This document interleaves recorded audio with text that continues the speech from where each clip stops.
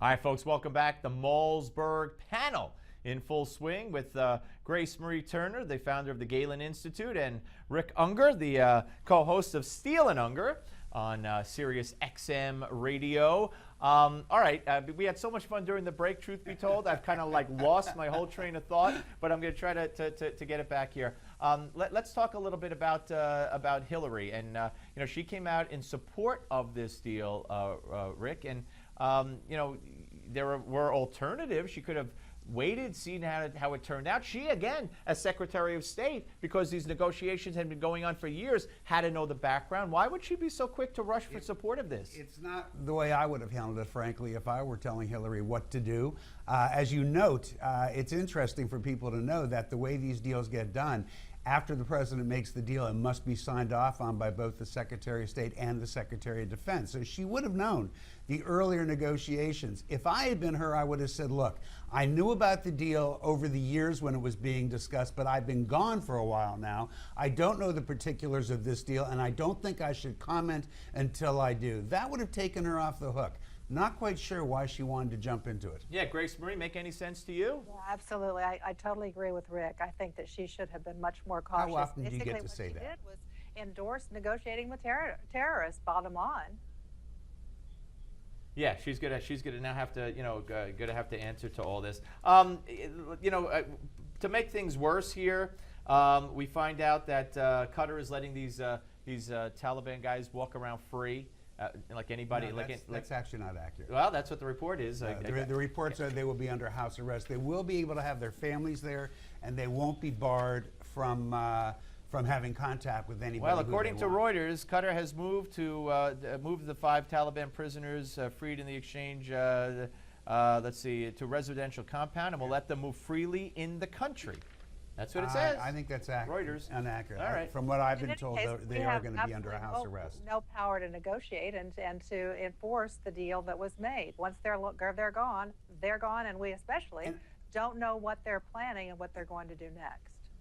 And quite frankly, it doesn't really matter, because if they're going to jump back in the game, and I don't blame anybody who thinks that they would, they can certainly do it from communications devices in Qatar, as they could do it in Pakistan. You know, so my only regret is that we didn't give them those communication devices in Gitmo. We're a mean country. Let me bring this up.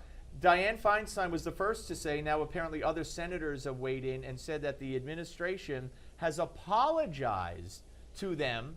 I haven't heard about any congressman being apologized to, but senators have said it. Apologized to them for not consulting with the Congress before making this deal and moving the prisoners as the law requires. Now, Grace Marie, everyone from Jonathan Turley to Jeffrey Toobin and others in between have said that, although Turley is not to the right either, has said the president has broken the law. So what's with the apology? It's really, I mean, they think that they're going to, it's sort of like saying to the IRS, oh, you know, I really decided that I had some other need for that money. I'm not going to pay my taxes this time, and I'm really sorry.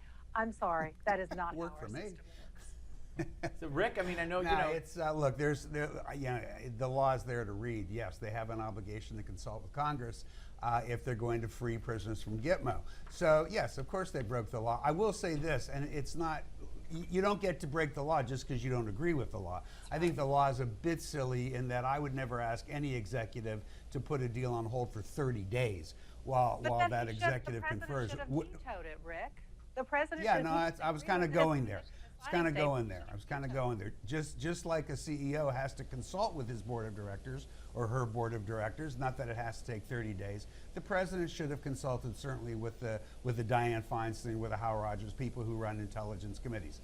So there I have to. Yeah, but agree. Grace Marie, this to me leans to, and we only got less than a minute, lends credence to your theory and others that, you know, this was done as a distraction, because this is the same deal that the Taliban has been offering, or whoever the heck was, you know, the Al-Qani network has been offering for 4 years. Nothing's different. They insisted on the 5. Why on earth did the president decide to do it now?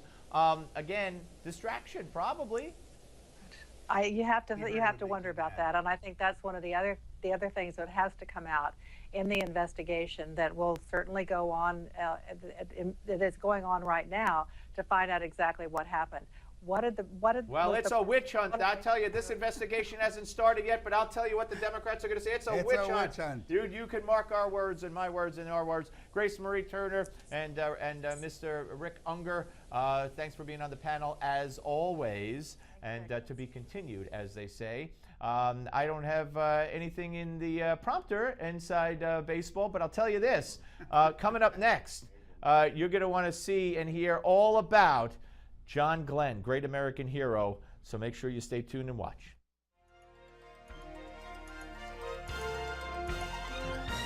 He had served in 2 wars and flown over 150 combat missions. But in just 60 seconds, this Marine Corps officer would experience a ride like no other. At 9:47 a.m. on the 20th of February, 1962, Lieutenant Colonel John Glenn Jr. of New Concord, Ohio, found himself sitting on top of an Atlas VI rocket filled with 600,000 pounds of fuel. At liftoff, 360,000 pounds of thrust hurled the massive rocket and its occupant into space and America's history books. John Glenn became the 4th human being to enter space and the first American to orbit the Earth. For his remarkable heroism, President Kennedy awarded Colonel Glenn NASA's Distinguished Service Medal. As our knowledge of this universe in which we live increases, may God grant us the wisdom and guidance to use it wisely. Thank you, Colonel.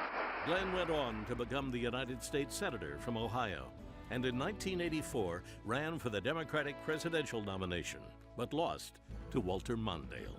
You're watching An American Moment on Newsmax TV.